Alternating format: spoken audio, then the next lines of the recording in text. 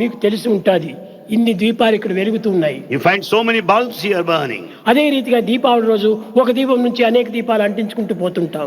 Same thing happens during the time of Deepavali when you light so many lamps there. కానీ ఇన్ని దీపాలు వెలగడానికి ఎంత ఖర్చు పెట్టాలి, ఎన్ని నిప్పులు పియ్యాలి అని అనుకుంటాం. How many times you should light every lamp? How much time you should spend? అన్నిటి ఎందుకు ఒకే కరెంటే. In fact, same current flows through all bulbs. ఆ కరెంట్ అనేటువంటి ఇంజిన్ నించిపోతే ఈ బల్బ్స్ అంతా నించిపోతాయి. When there's power cut or failure, you don't get any light. కనుకనే ప్రపంచంలో ఉన్నటువంటి ప్రతి మానవుడు కూడా ఒక బల్బు వంటి వాడే. So every man in this world is a bulb.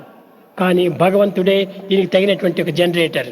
God himself is the generator. ఇది generator. God is generator. Rater అంటే Generator. రేటర్. అదే జనరేటర్. That is generator. జనులంతా కూడా ప్రకాశింపజేసేటువంటిది ఆ Generator, making the people shine. Generator. ఆ generator నువ్వు చూసుకోకుండా బల్బులు మాత్రమే పట్టుకొని కూర్చుంటే ప్రయోజనం ఏంటి? You forget this generator and go by the form of the bulb.